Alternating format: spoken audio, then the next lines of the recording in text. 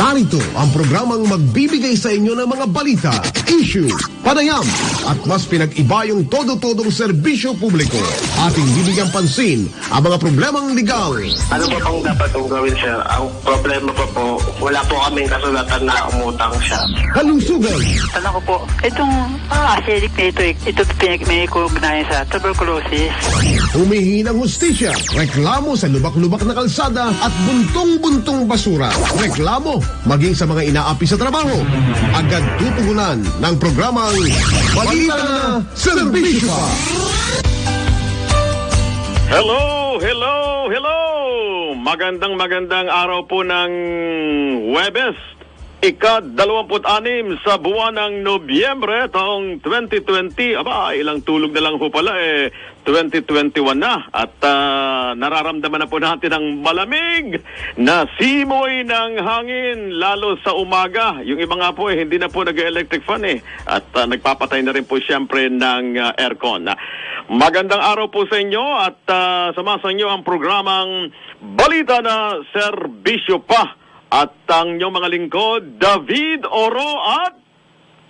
Ay, wala nga pala si Kuya Edwin Eusebio na ngayon po ay ginugunita ang kanyang pagsilang sa mundong ibabaw. Golden boy na rin pala itong si Kuyang Edwin. At hindi kami nagkakalayo ng edad nito Pero ang tiyak na magkalayo kami ay magkalayo kami ng height. Sa bagay, salamat. Kagapay pa rin natin siyempre ang ating magagandang lalaking sa technical side, si Engineer Jeric Barreto at saka si Daniel Tenco. Ang alam ko naka sa atin dyan, nakasuporta sa atin. Samahan niyo po ako sa programang ito mula ngayong 5:30. Actually, ang oras po natin ngayon 5:40 PM na at hanggang alas 7 ng gabi po patuloy ang ating pong paglilingkod at syempre pagbibigay ng balita. And speaking of balita, maya-maya nakahelera na ang ating pong mga gumagalang mga Metro Patrol at mga reporter at ang ating Ronda Probinsya. Inihilera na po natin na po yan ang ating mga kasama. Samantala, open na rin po ang ating mga landline. Ang ating pong landline ay 08-470-1750 hanggang 54 po yan. At ang ating pong text line ay 0999-376-6768. At siyempre, nakatutok po kayo ngayon sa Facebook account ng DWIZ882. At ang website po namin ay DWIZ882am.com. At pwede rin po kaming mapanood live sa Facebook page na Balita na Serbisyo Pa. At siyempre, speaking of balita na, hindi na po natin patatagalin pa ang paghihintay ng ating mga masisipag na mga Metro Patrol. Metro Patrol. Nangunguna po mula sa kanyang kinaroonan, may mahalagang balitang hatid ang ating Metro Patrol na si July Pudok. July, go ahead. Yes, David, kinatuwa ng San Osenyo ang pabibigay ng puhunan sa mga apektado ng COVID-19, sa mga kapuspalad na walang pagkakatahan na kung saan namigay ng libreng panindang bigas at grocery items at iba pa.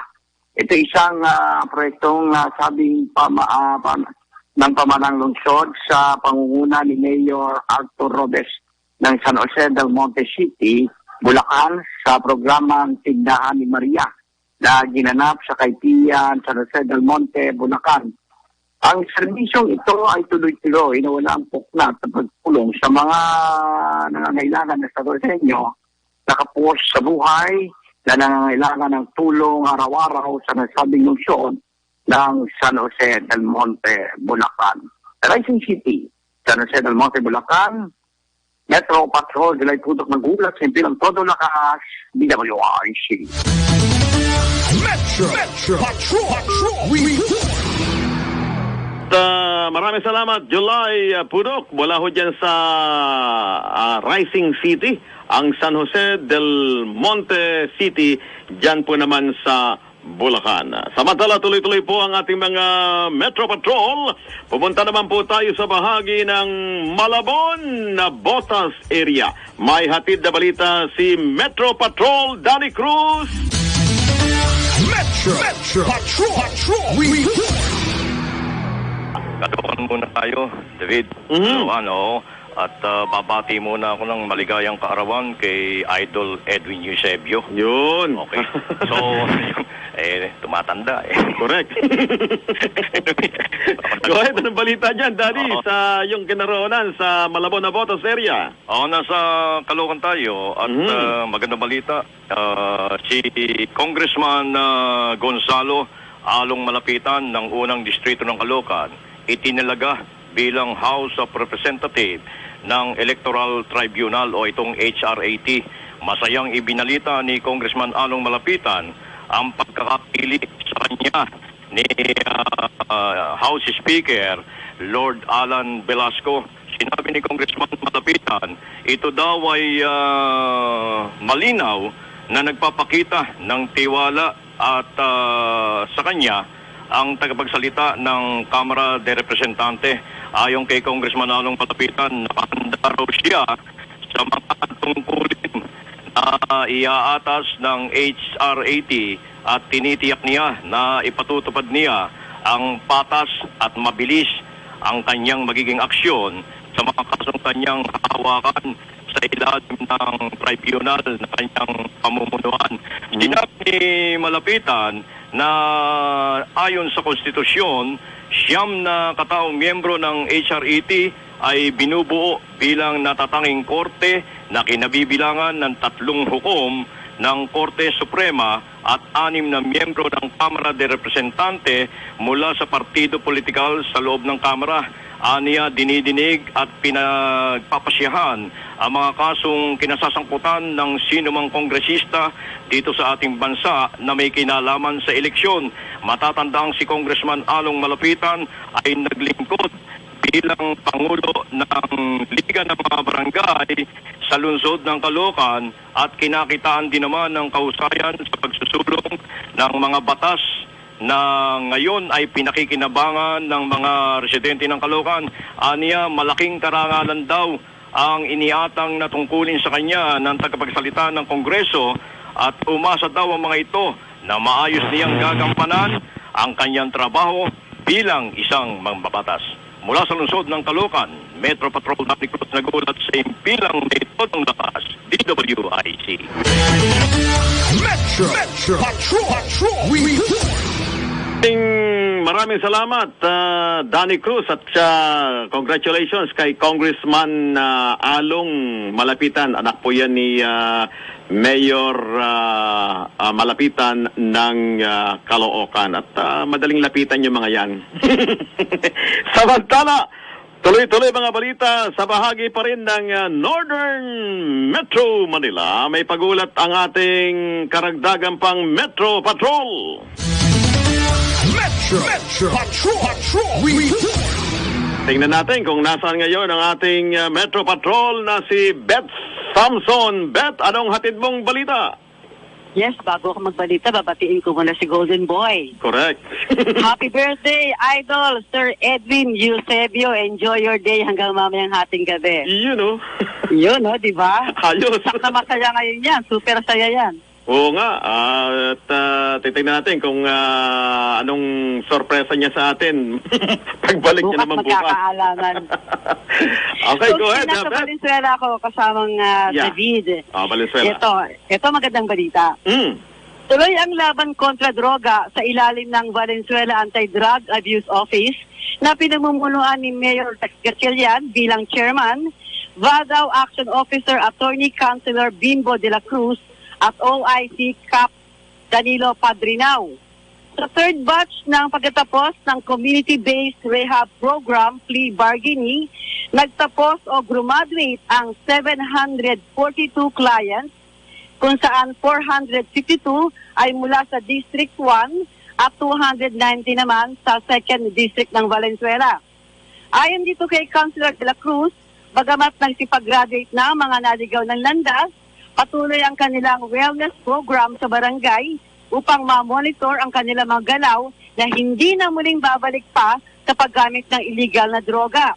Dagdag pa ni de la Cruz, i-refer ang mga walang hanap buhay sa PESO, ito yung Public Employment and Safety Office, maging sa Livelihood Office ng lungsod.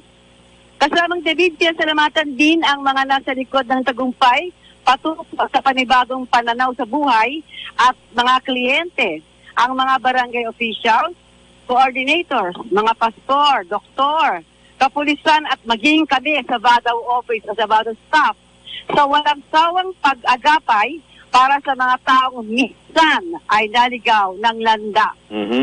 Yan. Mula sa Valenzuela City, Beth Samson nag-uulat para sa himpilang may todong lakas, TWIZ. Metro Patrol. Tama naman yan. Yung report ni Beth Samson, talagang kapag nagtutulungan po ang komunidad, kasama po siyempre ang mga kasama niyo po, ang mga lingkod sa media at maging sa hanay po ng ating mga law enforcer, ay maganda po ang nagiging resulta at nagkakaroon ng kooperasyon din naman ang mga pamayanan. And speaking of paglaban sa illegal na droga, nais ko rin samantala ng pagkakataon na batiin, i-congratulate ang bagong talagang opisyal ng Dangerous Drugs Board. Itinalaga po ng Pangulong Rodrigo Duterte ang isa pong matikas at magandang lalaking general ng Philippine National Police. Siya po ay career-retired lamang. Ang pangalan po niya, itago na lamang po natin sa pangalang Police Major General Gilbert Cruz. Si General Gilbert Cruz ay tinalagang isa po sa mga opisyal ng Dangerous Drugs Board. At yung si General Gilbert Cruz ay ang asawa po niya ay isang butihing mayor din po ng bayan ng Pola, dyan po sa Oriental Mindoro. Kaya si Ma'am Ina Alegre. Ayan. At magaling pong opisyal yan. Kaya napili po yan ng Pangulo kahit na nagretiro pa. Pero nagretiro na ba? Mukhang batang-bata pa naman si General Cruz.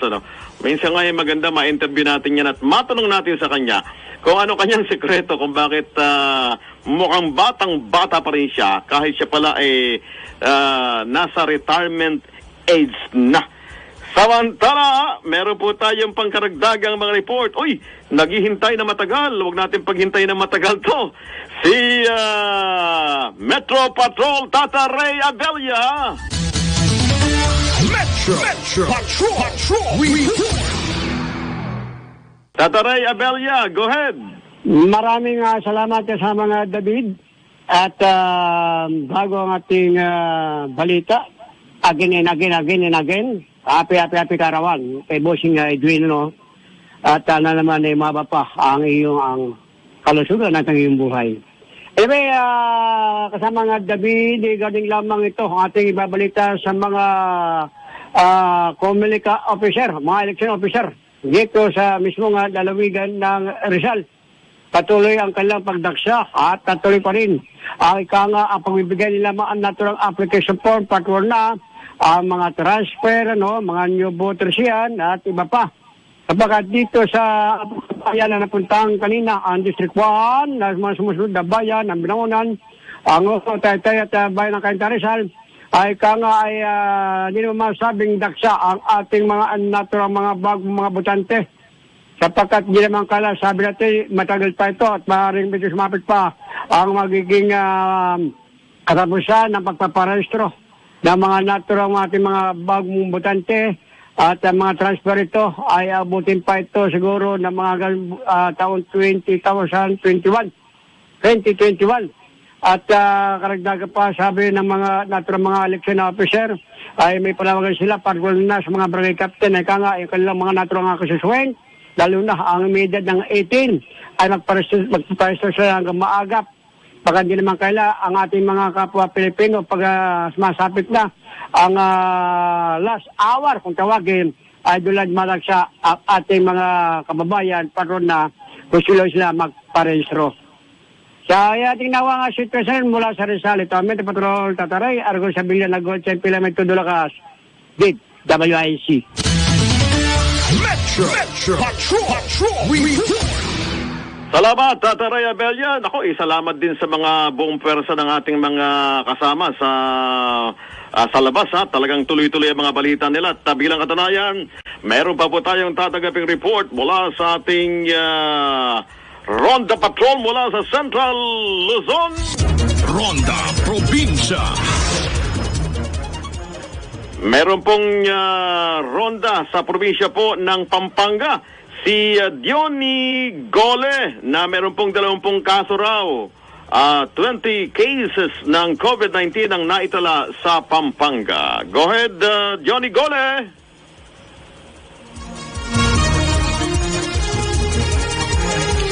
Yes. Okay, David, magandang gabi. Happy birthday sa busing, Edwin, Eusebio. Mukhang malaking handaan, Kaya nagsusulo ka ngayon, David.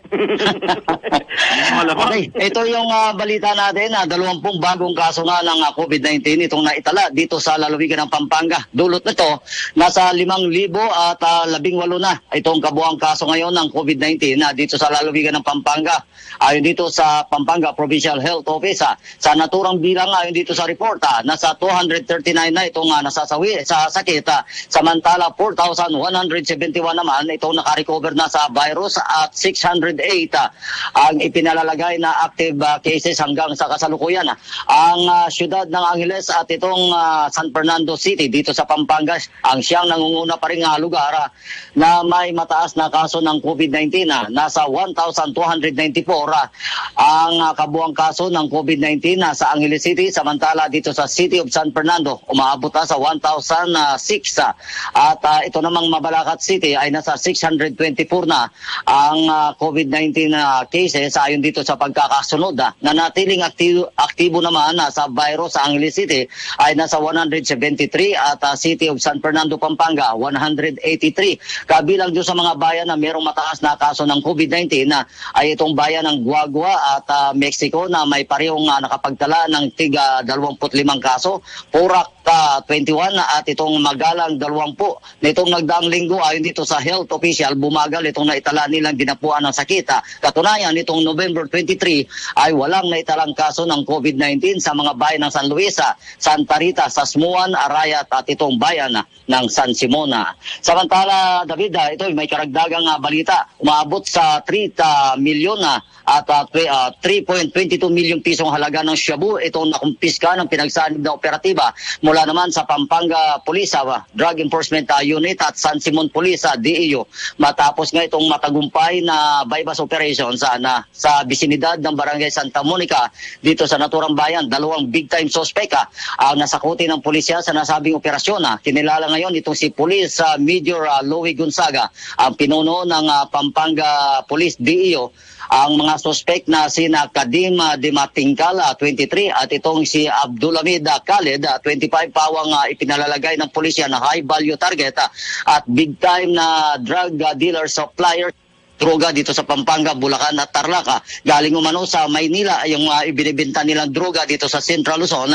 Ayon naman sa intelligence report ng pulis, ayon kay Gonzaga, matagal na nilang tinatrabaho itong mga suspect, ngunit madalas anyang nakakaamoy ang mga ito sa operasyon. Sa wakas niya, kumagat din sila sa civilian pusher buyer dahil sa dami ng bibilhing droga sa magandang presyo pa. Nakuha sa kanilang pag-iingat ang maabot sa 474 grams ng high-grade shabu na may street value na 3.22 milyong piso. Ang mga suspect ayon dito kay Gonzaga ay maharap ngayon sa paglabag sa Section 5 at 11, drug pushing at possession of illegal drugs sa ilalim ng RA 9165, higit na kilala sa Comprehensive Dangerous Drugs Act of 2002 sa Pampanga Provincial Prosecutor's Office habang nakadetini na dito sa custodial facility ng San Simon Police Station. So yan ang update. Buhat dito sa Gitna Luzon. Ito si Johnny Goles, Central Luzon Patrol. Nagulat sa Impila May Tudulakas, DWIC. Maraming salamat, Johnny Gole. Samantala, ihabol natin, bago tayo mag-break, mayroon pa namang panahon. Meron pong balita si Metro Patrol Louie Angeles. Metro Patrol. ang Optical Media Board daw ay nang-raid sa mga illegal na computer shop. Alamin natin ang balitang ito. Louie Angeles, go ahead. Yes, kasamang gabi at dito tayo sa area ng Bulacan, sa isang bayan dito sa Bulacan na kung saan ay may na-raid dito ang Optical Media Board. At kapiling natin kasamang gabi si Attorney Christian Natividad ng chairman ng OMB. Magandang gabi, Chairman. Basta itong raid natin. Magandang gabi po sa inyo. Ngayon po, Kuya David. Opo. Good evening po. Kamusta po kayo? At ano pong naging resulta ng raid dyan sa Bulacan? Positive naman. Pinasok natin dito yung isang malaking warehouse sa bayan ng na nagpositibo naman po na puno ito ng mga smuggled na mga storage devices na ikinakabit po nila sa mga smart TV.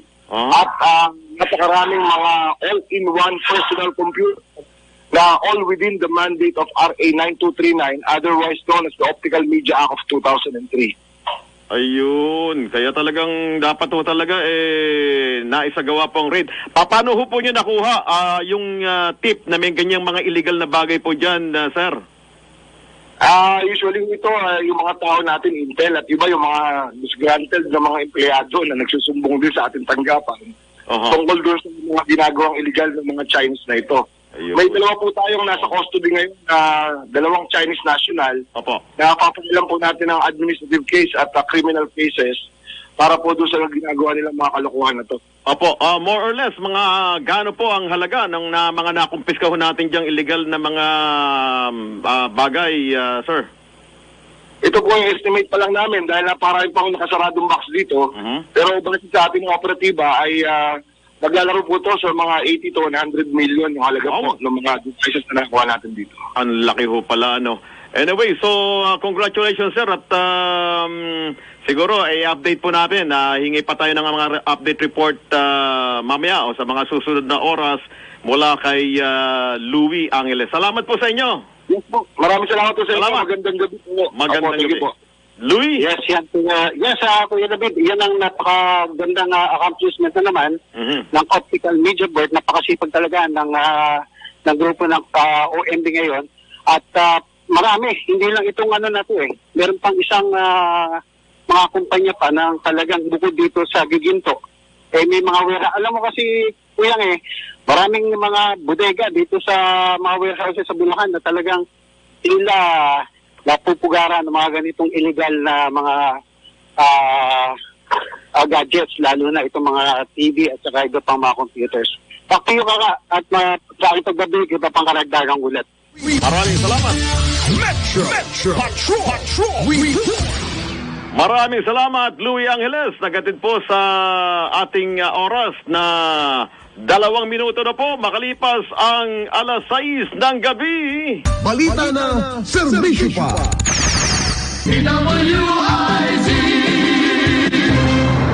Balita na serbisyo pa.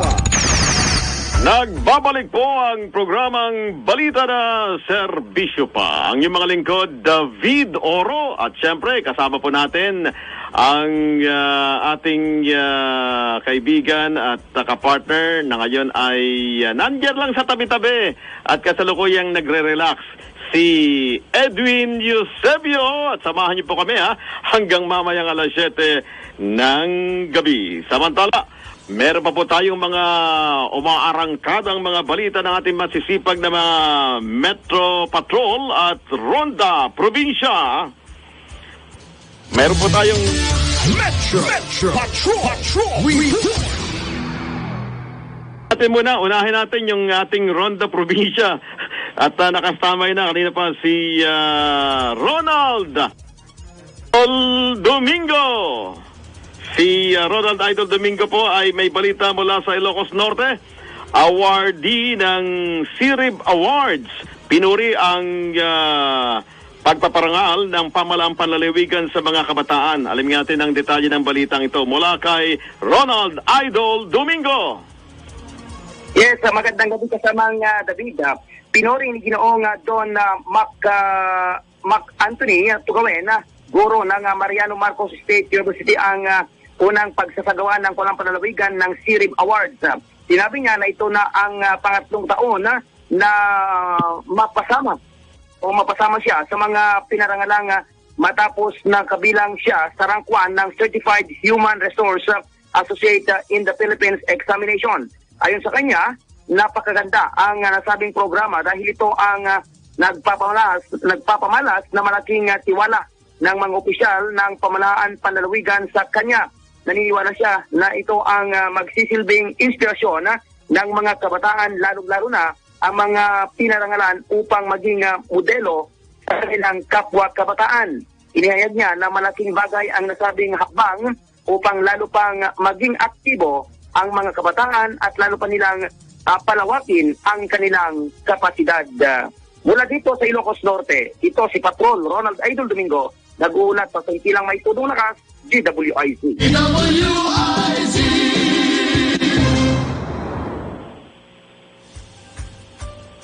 Maraming salamat, Ronald Domingo, mula po sa Ilocos Norte yan. Samantala, balikan natin. Meron pa tayong dalawang nakahilera na mga Metro Patrol. Metro Patrol. Nagbabalik po at sinisipag ang kasamang si Danny Cruz mula sa Navotas. Ang balita niya. Danny, go ahead. Yes, nagbalik na naman ang city government ng Navotas upang magbigay ng karagdagang tulong dyan sa Cagayan Valley. Nasa Cagayan Valley na naman ang grupo na binuo ni Mayor Toby Chanco upang magbigay ng panibagong tulong sa mga biktima ng bagyong Ulysses. Ayon kay Mayor Chanco, bagamat nakatutok daw sila sa problema ng COVID-19 sa Navotas, ay patuloy naman daw silang naglalaan ng budget dito. May kapasidad pa din daw silang tumugon sa pangangailangan na ibang lugar gaya ng Cagayan Valley na biktima ng kalamidad.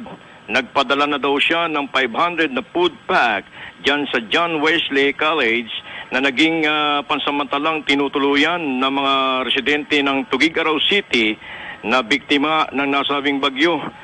Ni Mayor Chanco, naglalaman ng 5 kilong bigas, 13 iba't ibang dilata at sachet ng instant coffee ang kanyang pinadala. Ayon pa kay Mayor, ito daw ay bahagi ng mga goods na ibinigay ng ilang kumpanya na mga negosyanteng mga Naboteño. Nagbigay din ang city government ng Navotas sa opisina ng Civil Defense dyan sa Region 2 ng 100 sako ng bigas na may lamang 25 kilo, 30 kilo, 50 kilo at 200 kahon ng corned beef at beef loaf. 139 naman na assorted canned goods at 400 sardinas.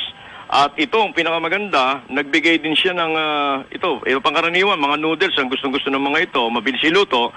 At itong mga sabon na pampaligo, sabon panglaba, toothpaste at toothbrush ay kanya din pinadala. Sinabi ni Mayor Chanco na nakaramdam daw na masyadong awa ang mga residenteng Naboteño, kaya minabuti daw nilang pabalikan ang Cagayan upang muli nila itong matulungan. Yan ang update. Metro Patrol Danny Cruz nag-uulat sa Impilang May Todong Lakas, DWIC. Maraming salamat, Danny Cruz. Talagang pagpalain po kayo ng makapangyarihan Diyos sa lahat. Yung mga Navoteño, dahil sa inyong kagandang loob, sa inyong pagtulong sa mga kababayan po natin na biktima ng kalamidad dyan po sa Cagayan Valley. Samantala, tuloy-tuloy pa at meron pa po tayong panghuling balita mula sa ating Metro Patrol. Metro Patrol. Tingnan natin kung saan gumagala itong kasama nating si Ed Bartolay para po sa mga balita may kaugnayan naman sa daloy ng trapiko. Ed Bartolay, go ahead. Magandang gabi, Sir David, at happy birthday kay Sir Edwin.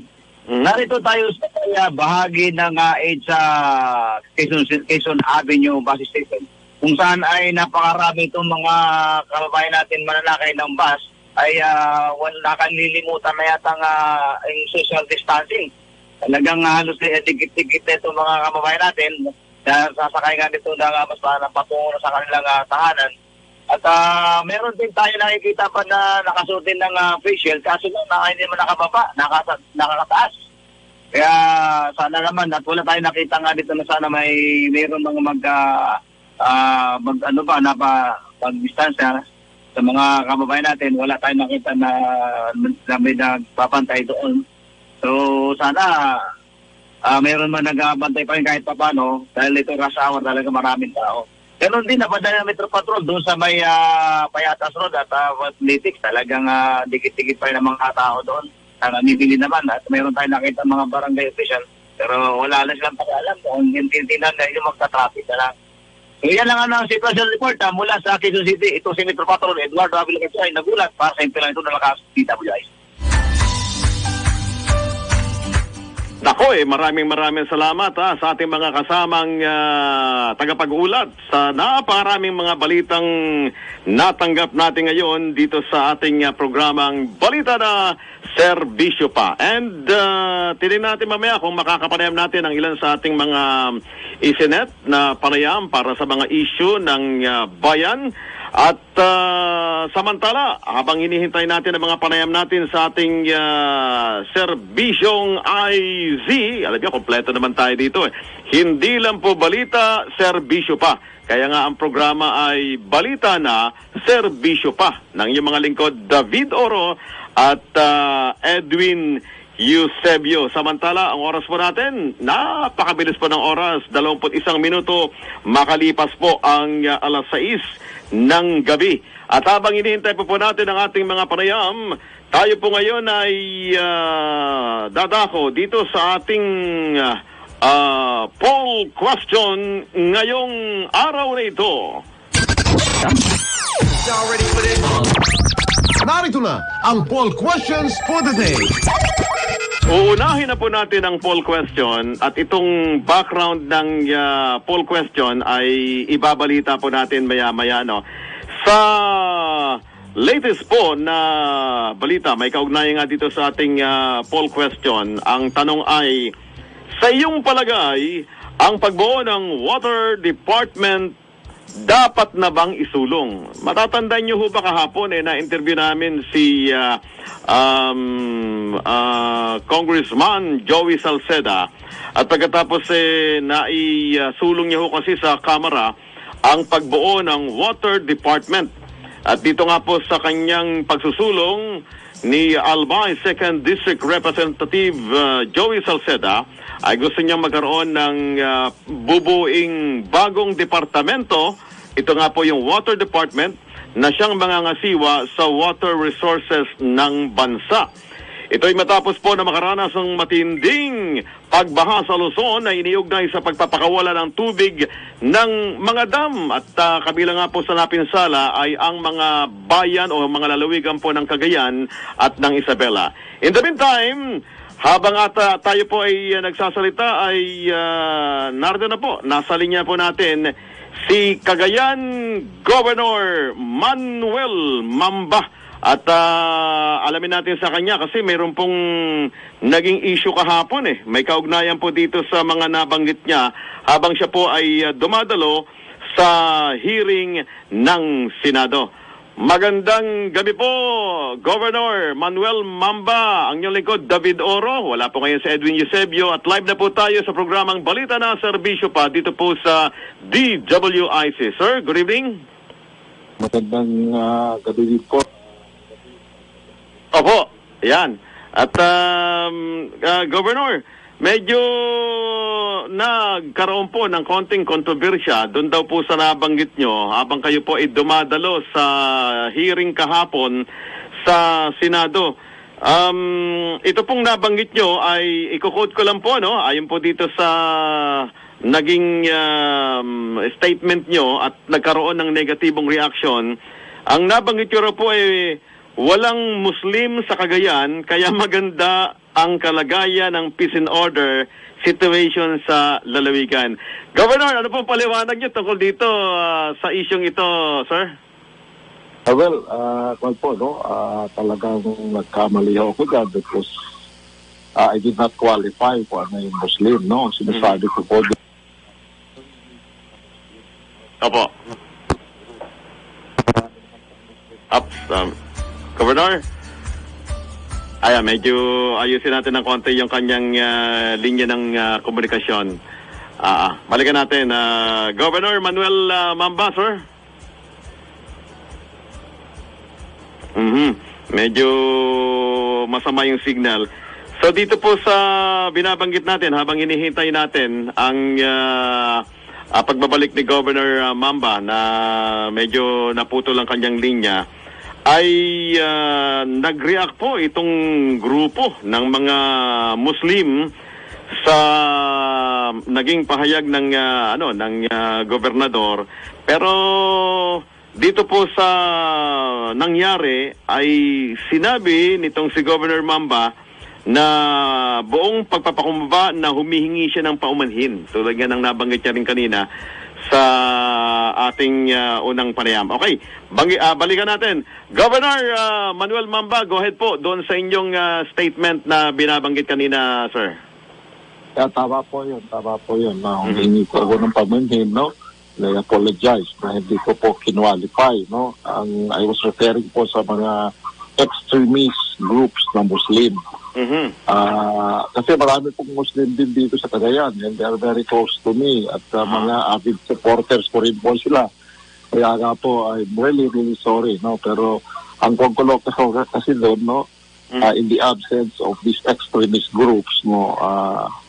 Welcome po ang mga investors dito sa amin. And I know na bullies din po sila dito sa atin if we could open our port of Paris. Opo. And I'm sorry po, no, kung slip of the tongue po ako doon. At ang nais niyong sabihin dito, Governor, bilang pagdidiin lamang, ano ho ba ang nais niyo talagang ipahahatid na mensahe kaugnay po nitong patuloy na peace and order sa inyong lugar dahil sa wala po itong mga extremist na binabanggit na member po ng mga rebelding grupo, Governor? Ganun po ba? Yeah, opo. Ganun po yung ibig ko sabihin. Kasi nga po, we are now closest to China.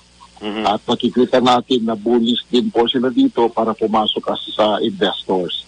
So in the absence of the extremist groups, no, I feel na napakalaking advantage din po noon. Kaya nga hindi ko po na-qualify, no? Nasabi ko po yung Muslim, pero I was referring to extremist groups na Muslims po. Ayun, mabuti na lang po at nalinaw natin na ito, Governor, at siyempre baka magtampo ho yung ilan at mayroon na nga pong mga nag-react, Governor. Anyway, gusto rin po namin malaman, Governor, kung ano po ang naging resulta ng inyong pong pagsali sa pagdinig po ng Senado at ano pong mga malalaking punto na napalita po doon sa hearing, Governor. Well, napakaganda po, no? At makikita po nila yung malaking problema ngayon sa probinsya ng Cagayan at saka sa Northern Luzon, no?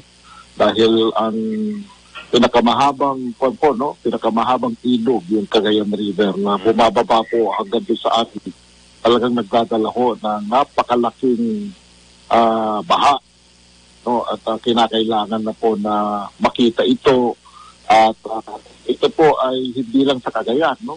Entire Northern Luzon po ito kung tutuusin, no? 8 provinces po ang basin ng Cagayan River.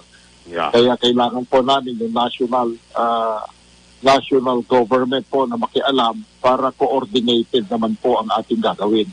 Opo. Otherwise po talagang kabilang po ang mapiperwisyo ng gusto, no? Dahil lahat po ng tubig ng 8 provinces na ito pupunta ho lahat sa Cagayan. At napakaganda po at nakikita na ngayon ng national government ito at yung mga recommended na mga dapat gawin pa ng JICA, no? Kasi may mga studies na po dito 18 years ago kaso hindi po ginagawa. So kahit pa paano po ngayon siguro ay magiging seryoso na dahil ito po ay papatay po sa amin, no? Dito sa Northern Luzon. Kung hindi po natin malagyan ng solusyon itong mga ito.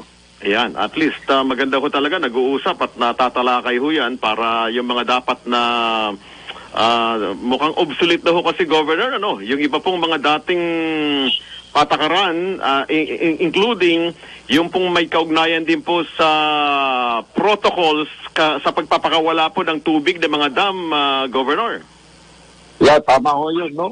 Talagang hindi po akma sa climate change sa nangyayari ngayon dito sa atin. Hindi po rin ho akma din sa grabing denudation ng mga forest po natin, no? At hindi po rin akma din sa siltation na nangyayari sa Cagayan River. Kaya dapat po talaga pagkaroon ng bago na paningin tungkol dito at talagang nagwo-worsen po ang aming baha dito every year. Aha. And kumusta po, Governor? I understand before ay plinanan nyo na mag-file ng kaso against the National Irrigation Administration. Ano pong update dito, Governor, sa mga legal sanang hakbang laban po ninyo dito sa mga sinasabing may responsibilidad sa pagpapalabas ng malaking tubig mula sa Magat Dam, Governor? Well, ito pa rin po ang pressure sa atin talaga, no? Dahil talagang marami po kasing, marami pong nag-damage because of this, no? Although sinasabi nilang they are not solely to blame dito, tama ko naman yun.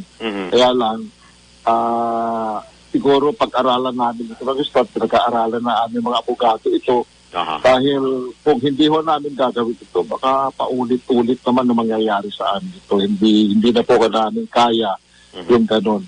At kaya nga po, dapat talaga mapag-aralan at kung meron po yung merito po yung aming kaso, ay ipa-file din po namin ito. Correct. Anyway, so sa kabuuan, Governor, naging maganda po, sabi niyo kanina, ang resulta ng pagdinig ng Senado dito at nailabas niyo po ang inyong mga nais na maipahiwatig at plano at tututukan namin to, Governor, at balitaan niyo pa kami sa mga susunod na pagkakataon kaugnay ng mga pagbibigay ng solusyon para hindi na po maulit sana itong malubhang pagbabaha sa inyong lalawigan na Governor Mamba. Maraming salamat po, no, sa oras na binigay nyo at sana po, no, katuwag namin kayo dito palagi dahil kailangan po namin kayo para kahit paano napapansin po yung mga nangyayari sa amin dito sa aming probinsya ng Cagayan. Maraming salamat po sa oras na binigay nyo. At maraming salamat din po, Governor Mamba. At may mga nagre-react dito sa inyong paghingi ng sorry at pagpapakumbaba dito sa inyong nagkamali lang po na banggit, may kaugnayan sa mga kaibigan nating Muslim. Sabi ho nila ay yan, sabi niya, ang mahusay na pinuno at gentleman, sabi niya, umaamin kapag ka nagkamali at gagawa po ng aksyon para maituwid, Governor. Maraming salamat po sa naiintindihan niyo po yung nangyari sa akin. Siguro excited din lang ako. I'm sorry po kung may mga nasaktan po tayo. I'm really sorry po. Okay. Thank you very much, Governor Mamba. Sa inyong panahon din naman at from time to time makipag-ugnayan ho kami sa inyo. Sir?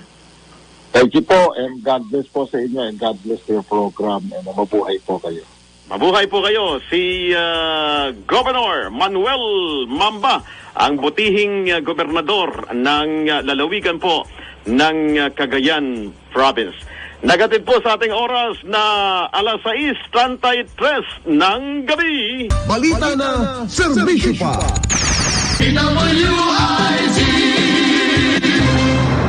Balita na, serbisyo pa.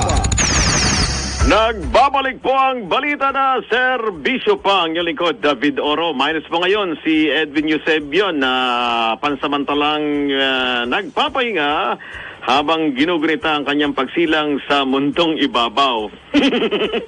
Samantala, ang oras po natin 6:09 ng gabi at maya-maya meron pa tayong mga panayam, pero in the meantime, napapanon po itong paksa naman may kaugnayan sa paghahanda po kaugnay ng vaccine sa COVID-19 at sa pinakuling balita po ng Senado ay naglana po ng malaking pondo para po sa pagbili ng mga bakuna sa COVID-19.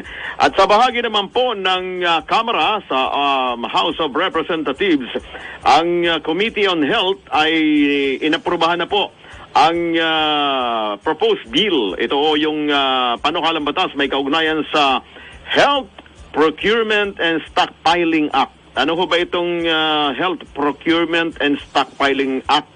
Ayon po dito sa initial information na nakuha natin mula sa tanggapan po ni Quezon Province Representative Doktora Helen Tan ay itong tungkol po dito sa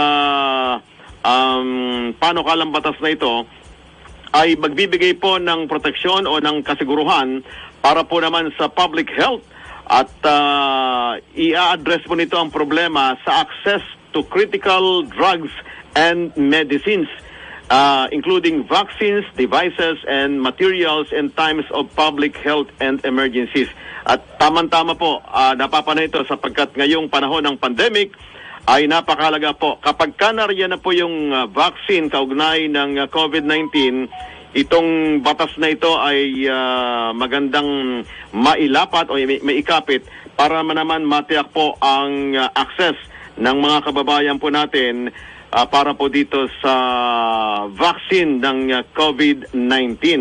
And speaking of vaccine ng COVID-19, ay sa report po kanina ay meron na po mga plano ang ating pong pamahalaan hinggil po sa pag-i-stock ng vaccine sa COVID-19. Samantala, segue po tayo sa isa pang mainit na issue ngayon na mga kababayan. May kaugnayan po dito sa mga organisasyon na lumalaban po sa pamahalaan, partikular po ang grupo ng CPP-NPA. At minarapat po natin na makausap ngayong gabing ito ang isa po sa dating NPA rebel. Dati po siyang New People's Army member na nagbalik loob po sa ating pamahalaan. Alamin nga natin kung ano nga po ang makukuha nating impormasyon at the same time, mga aral sa buhay ng hindi magandang pag-akyat sa bundok at paglaban sa ating gobyerno. Nasa linya po natin ngayon si Jeffrey Celis, dating NPA rebel po ito. Magandang gabi sa iyo, Jeffrey. Live na tayo sa programang Balita na Serbisyo pa dito sa DWIC. Ang iyong lingkod, David Oro. Good evening, Jeffrey. Ay, magandang gabi sa iyo. Magandang gabi sa iyo, Sir David Oro, at sa mga tagapakinig mo po sa DWIC. Imbiya po sa sambayanan, kami po ay nagpapaabot ng aming pagpapasalamat na mapaunlatan kami na makausap at makapanayan po kayo sa inyong programa. Magandang gabi po. At kami rin po nagpapasalamat sa inyong panahon at kasi marami pong nagtatanong bilang kayo po nasa dating paglaban sa gobyerno, napag-uusapan po yung tungkol nga sa recruitment, pati sa mga estudyante, sa mga academe natin, sa mga nasa universidad at kolehiyo. Paano po ba nagkakaroon ng modus na matatawag sa pag-recruit po ng mga kabataan po natin para umakyat sa bundok at lumaban po sa pamahalaan, Jeffrey? Ang una pong nagiging gamit ng CPP, NPA, NDF ay itong mga front organizations na tinatawag nating above ground organizations, kagaya po ng grupo ng Makabayan Party List na ginagamit ng CPP sa pag-infiltrate sa Congress. Mga organisasyon na itinatayo sa mga universidad at kolehiyo, kagaya ng Anak Bayan at Telepes. Ang recruitment po sa NPA ay hindi direkta. Dumadaan po yan kapag sa mga urban areas sa Sir David Oro. Dumadaan po yan sa mga open organizations kung saan ini-infiltrate ito ng mga organisador, kadre at mga aktivista na mga kasapi ng CPP, NPA, NDF. Ito po ang nangyayari sa matagal na panahon at hindi po ito natutugunan ng gobyerno. At dahil po napatabayaan natin na ang mga CPP front organizations ay namamayagpag at patuloy sila sa recruitment nila, maraming kabataan po natin ang patuloy na napariwara, nasisira ang kanilang buhay at kinabukasan. Ito po yung inadmit kahapon ni Teddy Casino at ni Sarape at ng kanilang grupo sa Makabayan Party ng CPP doon po sa Kongreso kahapon, kung saan po napakita natin na sila mismo ang nag-admit na ang mga organisasyong Bayan Muna at iba pang mga organizations nila ay malinaw po na nakikipagsabuatan sa CPP, NPA, NDF para magsilbing recruitment ground. Ito mga organizations nila sa David Oro. So itong mga binabanggit nyo ngayon, nabanggit nyo ito sa pagdinig ng Kongreso, Mr. Jeffrey. Yes, sir. At tama po kayo, kahapon po, narinig mismo sa bibig ni Teddy Casino at ng grupo nila sa Bayan Muna, nang tinanong sila ni Senator Ping Lacson kung tinuturing ba nila ng mga kalaban ng gobyerno at ng ating estado, ang CPP, NPA, na pumapapayat ng inahampos ng mga sundalo. Ang sagot po ni Teddy Casino at ni Carlos Sarate ng Bayan Muna, ang sagot nila hindi po sila mga kalaban at nirerespeto nila ang pamamaraan ng paglaban ng mga grupong ito. It was very dangerous, Sir David Oro, because they are in the government, no? Itong CPP party list na ito, sa loob ng Kongreso, at sila po ay binibigyan ng pondo ng gobyerno, and they are also holding the position as congressmen, pero ang kanilang loyalty ay nasa Communist Party of the Philippines. You can imagine, Sir David Oro, na harap-harapan sa Senado kahapon ay tinanong sila ng dalawang senador natin, si Senate President Tito Soto at si Senator Ping Lacson, kung bakit hindi nila pwedeng ikondina at itakwil ang mga karahasan at terorismong ginagawa ng CPP, NPA, NDF. Ang sagot ni Teddy Casino at ni Carlos Sarate, dahil daw ito ay may karapatan sila na mag-alsa at magrebelde laban sa gobyerno kahit pa na pumatay ng mga tao. This is very dangerous kasi, ulitin ko lang, sila mismo ay nasa gobyerno. Sila mismo ay nagkukunwaring mga organisasyon na nagsusulong ng interes ng mga mamamayan, ng sektor natin, and yet ang kanila palang kinikilala ay ang karahasan at ang nadugong pamamaraan ng CPP, NPA, NDF. Ikaw, Mr. Jeffrey Celis, ay na-recruit. Kailan ka na-recruit? Gaano ka katagal sa rebelting grupong ito? At paano, anong naging dahilan para umabot sa punto na magdesisyon ka na umalis sa NPA? Jeffrey? Na-recruit po ako sa open organization noong panahon namin ni Teddy Casino, 1991. Sa College Editors Guild of the Philippines, CGP, sa Iloilo City, sa West Visayas State University. Kung saan po, ang akala ko ay aktivista lang na grupo ito. Sa loob po ng taon na yon, 1991, mula sa pagiging kasapi ng College Editors Guild of the Philippines, ako po ay na-recruit sa Kababaang Makabayan. Ito po ay underground organization, panghanay ng mga kabataan at estudyante na itinatayo ng Communist Party of the Philippines. Mula doon po, nagtuloy-tuloy ako. 12 years akong kumilos sa bagong alyansang Makabayan, League of Filipino Students, Anak Bayan, at Bayan Muna. Until ma-deploy po ako ng mga almost 8 years hanggang 2008 sa New People's Army National Operational Command. So for almost 18 years, 1991 to 2008, ang buhay ko po ay umikot sa CPP, NPA, NDF. Kasama ko po ang asawa ko na ni-recruit ko rin. At ako po ay umalis sa CPP, NPA, NDF. Nakikita ko na po ang kawalang saysay, kawalang disiplina at kawalang kabuluhan ng buhay sa loob ng CPP, NPA, NDF kung saan puro na lamang patayan at mga pang-aambos ang ginagawa ninyo at puro na lamang mga pananakot sa tao at panununog, pangbubomba ng mga heavy equipment, pangungutong sa politiko. At sa nakita ko, masisira lamang at manunugmok ang ating bayan sa mas lalong kahirapan kung patuloy na dumanak ang dugo at marahas na pamamaraan ng pag-advokasya ng ating mga panawagan para sa pagbabago. And I decided na balikan ko ang pamilya ko dahil lumalaki ng mga anak namin, ng aking asawa, at nakikita ko na kailangan nila ng mas matiwasay, papayapang buhay kahit hindi mayaman, pero importante sama-sama kami at makatulong kami na maging mapayapa ang mga komunidad natin. Yun po naging desisyon ko, Sir David Oro. Oo.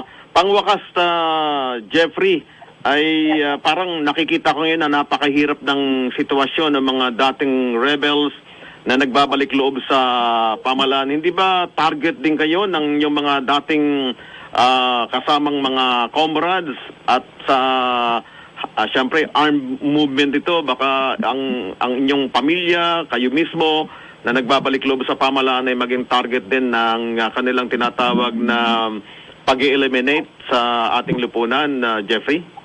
Tama po kayo, Sir David Oro.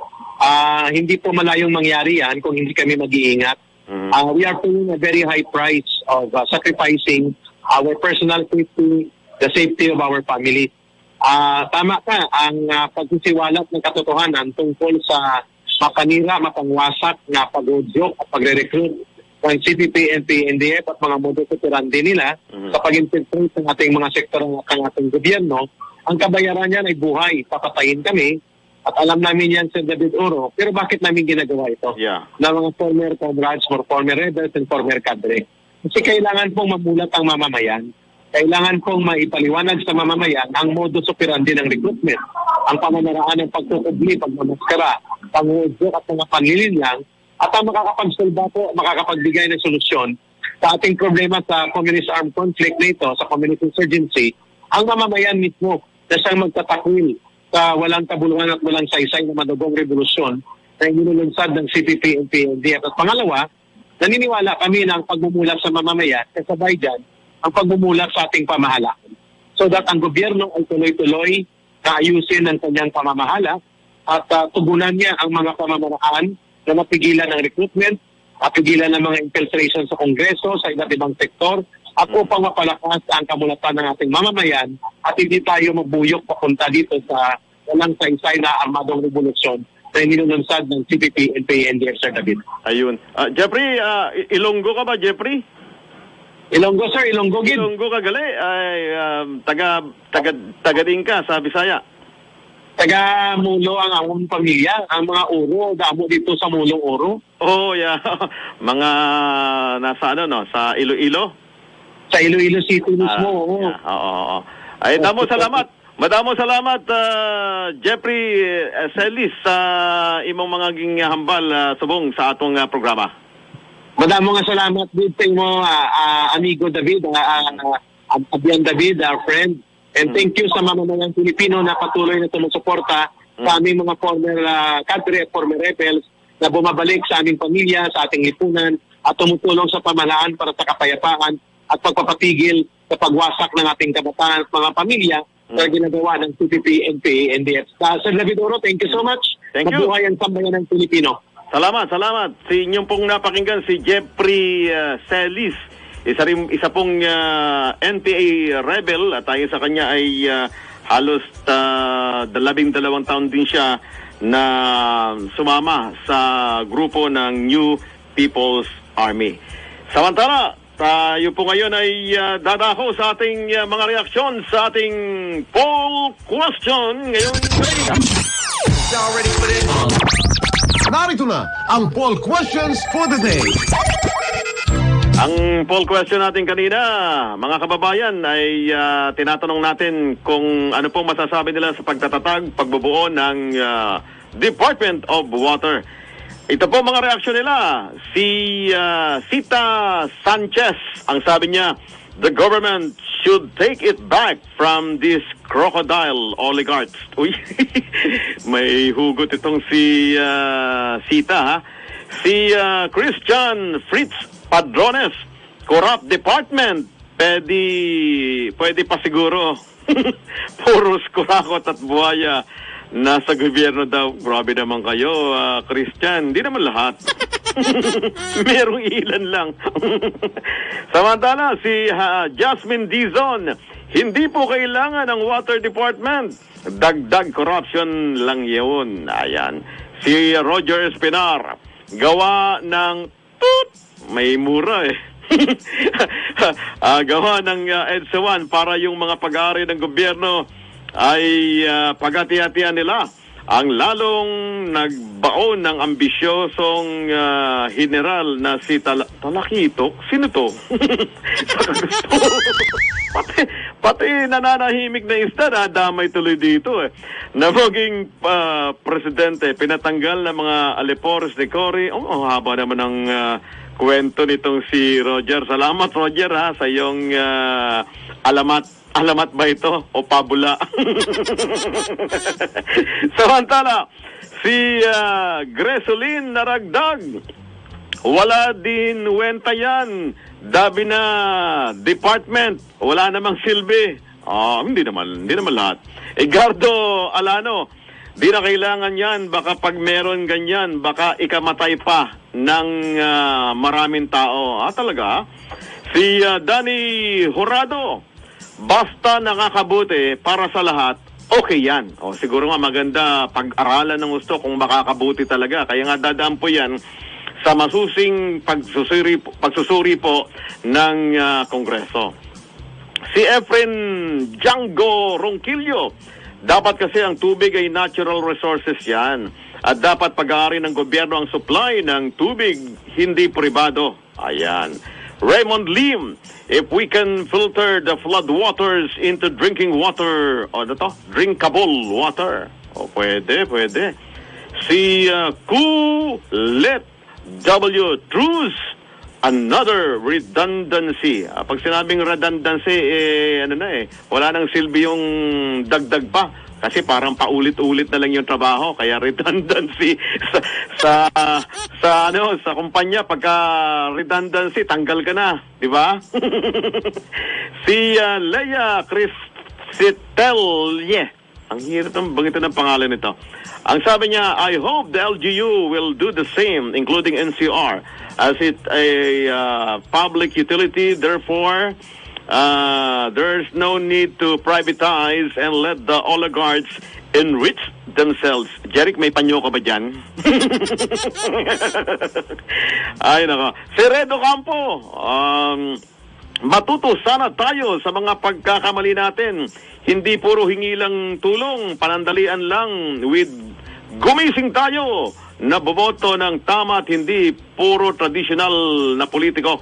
Kagagawan din natin lahat yan. Pinutol natin puno sa bundok at bumoto ng korap. Yun ang reaksyon itong si Redo Campo. Si June Cruz, nagmura. Ubos na pera sa pansweldo lang at sa gobyerno. Wala man silbi, department na naman. Yun ang kanyang reaksyon. Sa Ricky Jean, matagal nang isinusulong to ng isang senador, kaso pinagtawanan lang siya ng mga iba. Dodong Won, department na naman. Pasahod na naman ang mga retiradong general. Meron ng existing, pagbutihan na lang ang trabaho. At konti na naman to, kaya pa natin to, 1 minuto. Lara Marasigan, magaling sa tactician si Tatay Dogs. Yan. Rom Dav, pagkatapos ng buwan, bali ulit sa dati gawi ang mga korap. Vince Francisco, bakit kaya di mo na unahin ipatigil yung mga illegal logging at mga minahan dyan? Walang kwentong suggestion yan, oras ng kalamidad. Sa totoo lang, meron ng order itong Department of DILG para nga dito sa mga gumagawa po ng illegal logging at illegal mining. At tatlo na lang, Erwin Capistrano, di na kailangan yan. May bureau na humawak dyan. Dagdag corruption naman sa Department of Waters. Ron Nieves, Department of Waters, di kaya tayo atakihin ng Fire Nation nito. J.K. Rico, Department of Pangako. Yan, maraming salamat po sa mga reaction nyo. Nakakatawa yung ibang mga reaction dito, ha. At maraming salamat po sa inyong pakikibahagi sa programa natin ngayong araw na ito ng Huwebes. Magpapaalam na po tayo. At hindi na natin mabalikan tong ibang mga siguro next na itong mga tungkol sa trabaho sa ating programa. Magpapaalam na po tayo sa ngalan po ng ating mga nakasama. Sina Engineer Jeric Barreto, Daniel Tenco, ating news writers na sina Jeneline Valencia Burgos at Ashley Jose, social media writers Jess Santillan, at ang ating communication assistant na si Isha Mariano. At sa ngalan po ng ating kasamang si Edwin Eusebio na ngayon po ay nagre-relax. Magpapaalam na po ang inyong lingkod. Ako po si David Oro, nag-iwan sa inyo ng mga katagang. Maraming salamat sa pribilehiyo na makapaglingkuran sa inyo. Susunod na ang 25th KBP Golden Dove Awardee for Best Radio Program Magazine Host na si Miss Maru Pahati Sarne para sa programang Radyo Klinika. Bye! Balita na, serbisyo pa.